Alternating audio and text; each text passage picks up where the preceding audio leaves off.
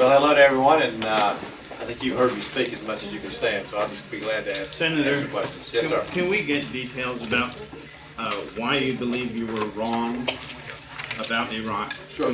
Some of the elements of that decision that you were wrong. Yeah, because the primary basis for my vote and a lot of other votes, and the premise for the invasion was that Saddam Hussein had weapons of mass destruction, and he did not. It's now clear that he did not. And I think it's not just about Iraq. I think this is about a bigger issue, which is how does America strengthen our moral leadership around the world? And I think it's fundamental to moral leadership to tell the truth. And we need leaders who are willing to tell the truth. And that's the reason I said it. This is not, but just for those of you who may not know this, it's not the Did it first have time I've said anything it. to do with the conduct of the war, the strategy, or the lack of a strategy, or the bombings? Or Bush has made a total mess out of the conduct of the war. There's no question about that. And there's also no question that he and others, particularly Cheney, Rumsfeld, have exaggerated the facts about Iraq. So, you know, this president should be held accountable for what he's done.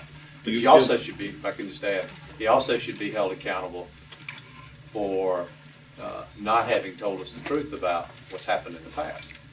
do you think we're losing the war? Was that part of your decision? I think we can be successful in Iraq. I think there's a judgment that has to be made going forward, and I'll be glad to tell you what mine is. But I think there's a judgment that has to be made about whether the presence and the numbers that we have now of troops, 150 to 160,000, whether that's more helpful or harmful.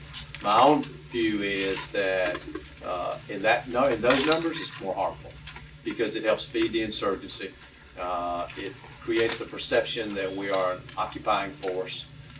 We have to eliminate that. And my own view is that we ought to start drawing down troops. We had, last count I saw, 47,000 Guard and reservists in Iraq. I think that's sort of the starting place, a number in that range, 40 to 50,000. I think in conjunction with that, we have to do a much better job than we're doing now to get Rockies trained. We have to do a much better job of reaching out to those countries in the region to get them engaged and embracing the idea of an independent Iraq. So you're not for an immediate withdrawal? Of all troops? No. But I do think we have to start the process of bringing the troops home. Anyone else have questions?